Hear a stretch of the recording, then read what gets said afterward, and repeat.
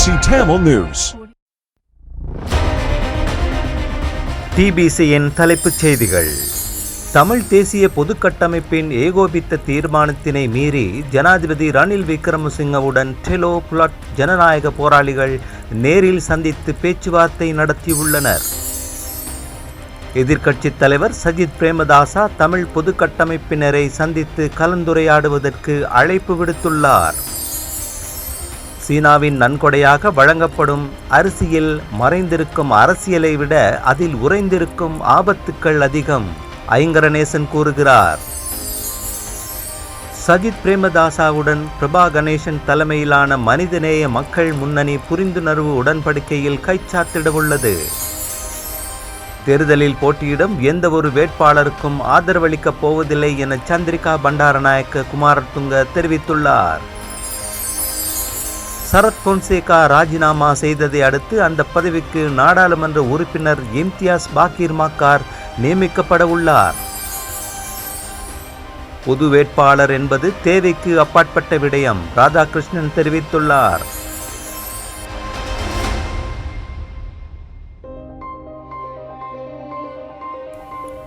வணக்கம். நீங்கள் இணைந்திருப்பது டிபிசியின் காலை தமிழ் செய்திகளுடன். இனி விரிவான செய்திகளை பார்ப்போம். ஜனாதிபதி ரணில் விக்ரமசிங்கவுடன் சந்திப்பில் தமிழ் தேசிய பொது கட்டமைப்பு பங்கேற்காது என்று அக்கட்டமைப்பின் ஊடக பேச்சாளர்களில் ஒருவரான நிலாந்தன் அறிவித்திருந்தார். எனினும் குறித்த அறிவிப்பை தாண்டி பொது கட்டமைப்பின் அங்கத்துவம் வகிக்கும் அரசியல் கட்சிகளில் 3 பிரதிநிதிகள் ஜனாதிபதி ரணில் விக்ரமசிங்காவை நேரில் சந்தித்து உரையாடியுள்ளனர். ஜனாதிபதி ரணில் விக்ரமசிங்கா அவர்களின் அழைப்பை ஏற்று ஜனாதிபதி செயலகத்தில் நடைபெற்ற சந்திப்பில் தமிழீழ விடுதலை இயக்கம் சார்பில் அதன் தலைவர் செல்வம் அடைக்கலநாதன், செயலாளர் நாயகம் கோவிந்தன் கருணாகரம் மற்றும் பேச்சாளர் குருசுவாமி சுரேந்திரன் ஆகியோரும், ஜனநாயக மக்கள் விடுதலை முன்னணி சார்பில் அதன் தலைவர் தர்மலிங்கம் சித்தார்த்தனும், ஜனநாயக போராளிகள் கட்சியின் சார்பில் அதன் தலைவர் வேந்தன் மற்றும் செயலாளர் துளசி ஆகியோரும் சந்திப்பில் கலந்து கொண்டனர். தமிழ் தேசிய பொது கட்டமைப்பு பொது வேட்பாளர் ஒருவரை களமிறக்கிய சூழலிலேயே இச்சந்திப்புக்கான அழைப்பை ஜனாதிபதி ரணில் விக்ரமசிங்க வரும் ஜனாதிபதி தேர்தலில் போட்டியிடும் வேட்பாளராக பொது கட்டமைப்பின் உறுப்பினர்களை சந்திப்பதற்கான அழைப்பினை தனித்தனியாக அரசியல் கட்சிகளுக்கும் பொது அமைப்புகளை சார்ந்த பிரதிநிதிகளுக்கும் விடுத்திருந்தார். அந்த அடிப்படையிலேயே மேற்குறிப்பிட்ட அரசியல் கட்சிகள் இந்த அழைப்புக்கு மதிப்பு கொடுத்து தமிழ் மக்களின் பிரச்சினை சம்பந்தமான தங்களுடைய நிலைப்பாட்டை தெளிவுபடுத்தவும், ரணில் விக்ரமசிங்கா அவர்கள் தமிழ் மக்களுடைய அரசியல் அபிலாஷைகளை தீர்ப்பதற்காக முன்னெடுக்க உள்ள நடவடிக்கைகளை பற்றி தெரிந்து கொள்வதற்காகவும் இந்த சந்திப்பில் பங்கேற்பதென முடிவு செய்தனர். இந்த சந்திப்பில் பிரதானமாக தமிழ் மக்களுடைய அரசியல் அபிலாஷைகளை தீர்க்கும் முகமாக சமஷ்டி முறையான அரசியல் தீர்வு தொடர்ந்தும் தீர்க்கப்படாமல் இருப்பதனாலேயே பொது வேட்பாளர் என்ற முடிவு எட்டப்பட்டுள்ளது என்பது தெளிவுபடுத்தப்பட்டது. ஜனாதிபதி தரப்பில் சமஷ்டி முறையான அரசியல் தீர்வு என்பது பலம் மிக்க பாராளுமன்றம் ஒன்று அமையும் பட்சத்தில் அது சம்பந்தமாக பரிசீலித்து முன்னேற்றகரமான முடிவுகளை எதிர்காலத்தில் எட்ட முடியும் என்று அறிவிக்கப்பட்டது. அதுவரைக்கும் 13வது திருத்தச் சட்டத்தின் ஊடாக கொண்டுவரப்பட்ட மாகாண சபை கட்டமைப்பை முழுமையாக நடைமுறைப்படுத்துவதற்காகத்தான் அர்ப்பணிப்புடன் செயற்படுவதாக அதற்காக தன்னிடம் தயாரித்து வைக்கப்பட்டிருக்கும் யோசனைகள் அடங்கிய ஆவணம் ஒன்றையும் சமர்ப்பித்தார்.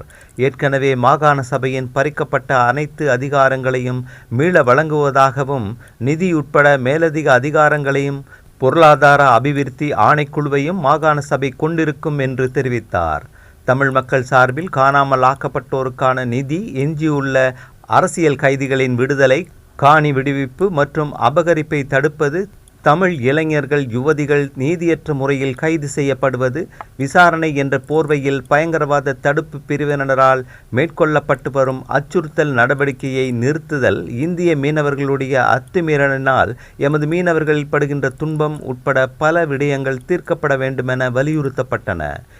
இதற்கான தீர்வுகளை தான் நிச்சயமாக வழங்குவதாகவும், ஏற்கனவே சில விடயங்களை தீர்வுகள் முன்னெடுக்கப்பட்டுள்ளதாகவும், குறிப்பாக அரசியல் கைதிகள் விடுதலை மற்றும் தொல்லியல் விவகாரங்களை சுட்டிக்காட்டிய ஜனாதிபதி ரணில் விக்ரமசிங்க தான் சமர்ப்பித்த ஆவணத்தில் பல விடயங்கள் குறிப்பிடப்பட்டுள்ளன எனவும், அவற்றை பரிசீலித்த பின்னர் தொடர்ந்தும் சந்திப்புகளை மேற்கொள்ள முடியும் என்றும் தெரிவித்தார்.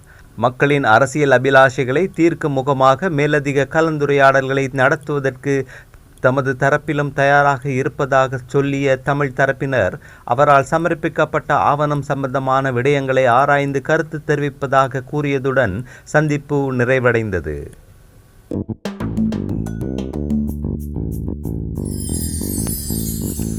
எதிர்க்கட்சித் தலைவர் சஜித் பிரேமதாசா தமிழ் பொதுக்கட்டமைப்பினரை சந்தித்து கலந்துரையாடுவதற்கு அழைப்பு விடுத்துள்ளார். ஐக்கிய மக்கள் சக்தியின் சார்பில் ஜனாதிபதி தேர்தலில் போட்டியிடும் எதிர்க்கட்சித் தலைவர் சஜித் பிரேமதாசா புதன்கிழமை தமிழ் பொதுக்கட்டமைப்பினரையும் சந்திப்பதற்கு அழைப்பு விடுத்துள்ளார். இந்த சந்திப்பு கொழும்பில் உள்ள எதிர்க்கட்சித் தலைவர் அலுவலகத்தில் நடைபெறவுள்ளதோடு இந்த சந்திப்பில் புளொட் தலைவரும் பாராளுமன்ற உறுப்பினருமான தர்மலிங்கம் சித்தார்த்தன், டெலோவின் தலைவரும் பாராளுமன்ற உறுப்பினருமான செல்வம் அடைக்கலநாதன் உள்ளிட்டோர் கலந்து கொள்வர் என்பது உறுதிப்படுத்தப்பட்டுள்ளது. இதேவேளை சிவில் அமைப்பின் பிரதிநிதிகள் ரணில் விக்ரமசிங்காவின் அழைப்பை நிராகரித்த நிலையில் சஜித்தின் அழைப்பு தொடர்பில் செய்வதறியாது தடுமாறியுள்ளதாக தகவல் அறிந்த வட்டாரங்கள் தெரிவிக்கின்றன.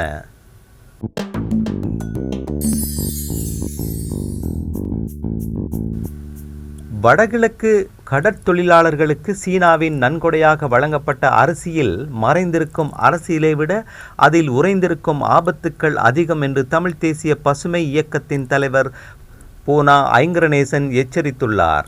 இலங்கைக்கும் சீனா நன்கொடையாக வழங்கி வருகின்ற அரிசி குறித்து விடுத்துள்ள ஊடக அறிக்கையிலேயே இவ்வாறு அவர் எச்சரித்துள்ளார். அந்த ஊடக அறிக்கையில் உலகில் அதிகளவு அரிசியை உற்பத்தி செய்யும் நாடாக, அதிகளவில் அரிசியை ஏற்றுமதி செய்யும் நாடாகவும் சீனாவே முதலிடத்தில் உள்ளது. ஆனால் அண்மை கால ஆய்வுகளின் முடிவுகள் சீனாவின் அரிசியில் சூழல் மாசு காரணமாக கட்மியம் அங்கீகரிக்கப்பட்ட அளவை விடவும் பன்மடங்கு அதிகமாக இருப்பது உறுதி செய்யப்பட்டுள்ளது என்று குறிப்பிட்டுள்ளார். கட்மியம் உடலுக்கு அத்தியாவசியம் இல்லாத ஆபத்தான ஒரு பார உலோகம். உணவின் மூலம் உடலில் நுழைந்து நீண்ட காலம் தங்கியிருக்கக்கூடிய இக்கட்மியம் சிறுநீரகங்களை செயலிழக்க வைப்பதோடு மார்பு, நுரையீரல், சதயம், சிறுநீரகம் போன்றவற்றில் புற்றுநோயை ஏற்படுத்துவதற்கும் காரணமாக உள்ளமை கண்டறியப்பட்டுள்ளது. இந்நிலையில் சீனாவில் இருந்து இலங்கைக்கு வழங்கப்பட்டு வரும் இப்பரிசோதனை செய்யப்படாத அரிசியை நுகர்வது குறித்து பொதுமக்கள் விழிப்பாக இருப்பது அவசியமாகும். இலங்கை 2023ஆம் ஆண்டு அரிசி உற்பத்தியில் தன்னிறைவை கொண்டிருந்தது. கடந்த பெரும் போகத்தில் மழை வெள்ளம் சில பிரதேசங்களில் நெற்செய்கைகளை பாதித்திருந்தாலும் இந்த ஆண்டினது ஒட்டுமொத்த நெல் உற்பத்தியில் வீழ்ச்சி ஏற்படவில்லை.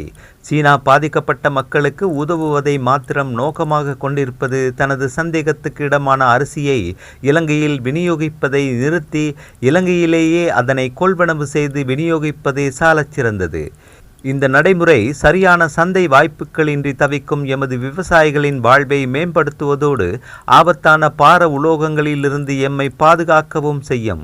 சோற்று அரசியல் சேற்றுக்குள் சிக்கி மென்மேலும் எமது மக்களின் வாழ்வு சீரழியாமல் இருக்க உரிய தரப்புகள் இது குறித்து உடனடியாக ஆவண செய்ய வேண்டும் என்று அந்த அறிக்கையில் மேலும் தெரிவித்துள்ளது.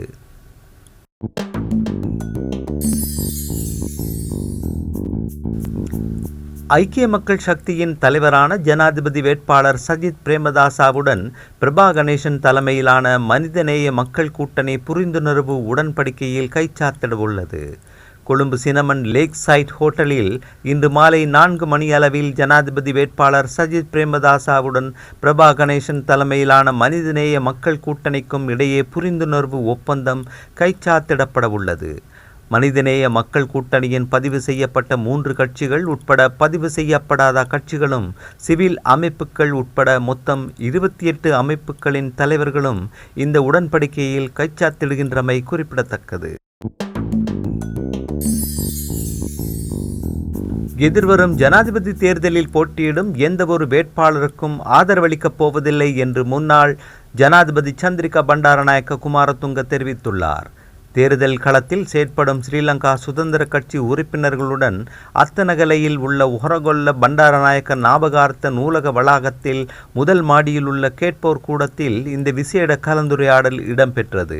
எதிர்வரும் ஜனாதிபதி தேர்தல் தொடர்பில் தனது நிலைப்பாட்டை தெரிவிப்பதற்காக அத்தநகல பிரதேசத்தில் உள்ள சுதந்திர கட்சியின் செயற்பாட்டாளர்களுக்கு அழைப்பு விடுத்த சந்திரிகா பண்டாரநாயக்க குமாரதுங்க அவர்கள் முன்னிலையில் தனது நிலைப்பாட்டை வெளிப்படுத்தியுள்ளார்.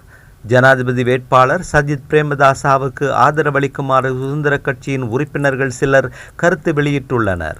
எனினும் அதனை நிராகரித்த அவர் தனது நிலைப்பாட்டை தெளிவுபடுத்தினார். நான் எந்த வேட்பாளருக்கும் ஆதரவளிக்கப் போவதில்லை என்றும் அத்தநகல பிரதேசத்தில் செயற்படும் சுதந்திர கட்சியினர் விருப்பமான எந்தவொரு வேட்பாளருக்கும் ஆதரவளிப்பதில் தமக்கு எவ்வித ஆட்சேபனையும் இல்லை எனவும் அவர் குறிப்பிட்டுள்ளார்.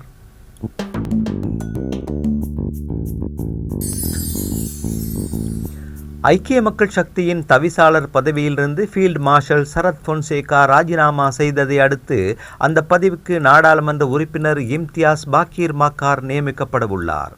இதன்படி அவர் எதிர்காலத்தில் இந்த பதவிக்கு பரிந்துரைக்கப்படுவார். பின்னர் ஐக்கிய மக்கள் சக்தி கட்சி மாநாட்டில் அதிகாரப்பூர்வமாக முன்மொழியப்பட்டு உறுதிப்படுத்தப்படும் என்று அறிவிக்கப்பட்டுள்ளது. இம்தியாஸ் பாக்கீர் மக்காரை குறித்த பதவிக்கு நியமிப்பதன் ஊடாக தேர்தலில் முஸ்லிம்களின் ஆதரவினை உறுதிப்படுத்திக் கொள்ள முடியும் என்று சஜித் பிரேமதாசா எதிர்பார்ப்பதாகவும் உள்ளக தகவல்கள் தெரிவிக்கின்றன.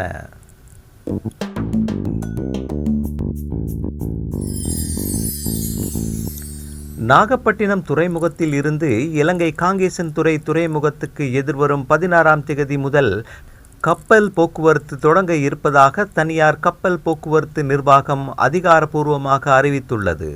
நாகப்பட்டினம் துறைமுகத்தில் இருந்து இலங்கை காங்கேசன்துறை துறைமுகம் வரையிலான கப்பல் போக்குவரத்தை கடந்த ஆண்டு அக்டோபர் மாதம் 14ஆம் தேதி காணொளி காட்சி மூலம் பிரதமர் மோடி தொடங்கி வைத்தார். ஆனால் புயல் மற்றும் வடகிழக்கு பருவமழை, குறைந்த அளவிலான பயணிகள் வருகை ஆகியவற்றை காரணம் காட்டி சேவை தொடங்கிய சில நாட்களிலேயே கப்பல் போக்குவரத்து நிறுத்தப்பட்டது.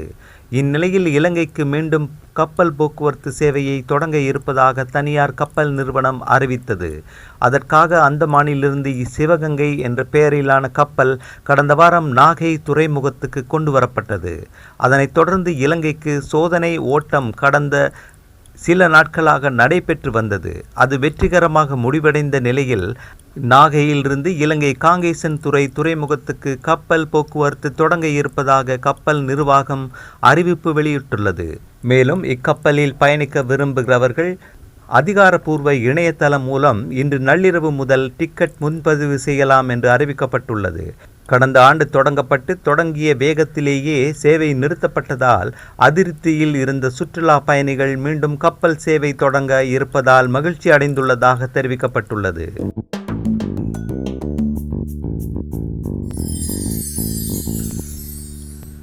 பொது வேட்பாளர் என்பது தேவைக்கு அப்பாற்பட்ட விடயம் என்று ராதாகிருஷ்ணன் தெரிவித்துள்ளார். எதிர்வரும் ஜனாதிபதி தேர்தலில் தமிழ் பொது வேட்பாளர் என்பது தேவைக்கு அப்பாற்பட்ட விடயம் என தமிழ் முற்போக்கு கூட்டணியின் பிரதி தலைவரும் பாராளுமன்ற உறுப்பினருமான வேலுசாமி ராதாகிருஷ்ணன் தெரிவித்துள்ளார். ஹட்டனில் நேற்று இடம்பெற்ற நிகழ்வொன்றில் பின்னர் ஊடகங்களுக்கு கருத்துரைக்கும் போதே அவர் இதனை குறிப்பிட்டுள்ளார். அவர் மேலும் தெரிவிக்கையில், ஜனாதிபதி தேர்தலுக்காக தற்போது 14 பேர் கட்டுப்பணம் செலுத்தியுள்ளனர். இதில் தமிழ் பொது வேட்பாளர் ஒருவரை நியமித்து தமிழ் மக்களின் வாக்குகளை பிரித்து எடுப்பது என்பது எவ்விதத்திலும் பிரயோசனமற்ற விடயம் என தெரிவித்துள்ளார்.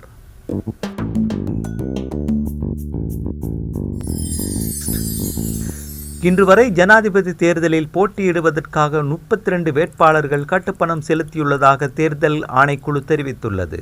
இம்முறை ஜனாதிபதி தேர்தலுக்காக அங்கீகரிக்கப்பட்ட 16 அரசியல் கட்சிகளின் வேட்பாளர்கள் கட்டுப்பணம் செலுத்தியுள்ளதாக தேர்தல்கள் ஆணைக்குழுவின் தலைவர் அறிக்கை ஒன்றில் குறிப்பிட்டுள்ளார். மற்றுமொரு அரசியல் கட்சியும் 15 சுயேட்சை வேட்பாளர்களும் கட்டுப்பணம் செலுத்தியவர்களில் அடங்குவர். வேட்பாளர்களுக்காக கட்டுப்பணம் செலுத்தும் காலம் எதிர்வரும் புதன்கிழமை நண்பகல் 12 மணியுடன் நிறைவடைய உள்ளமை குறிப்பிடத்தக்கது. அந்த செய்தியோடு நிறைவுக்கு வருவது டிபிசியின் இன்றைய காலை தமிழ் செய்திகள். மீண்டும் மாலை செய்திகளோடு மீண்டும் சந்திப்போம். வணக்கம்.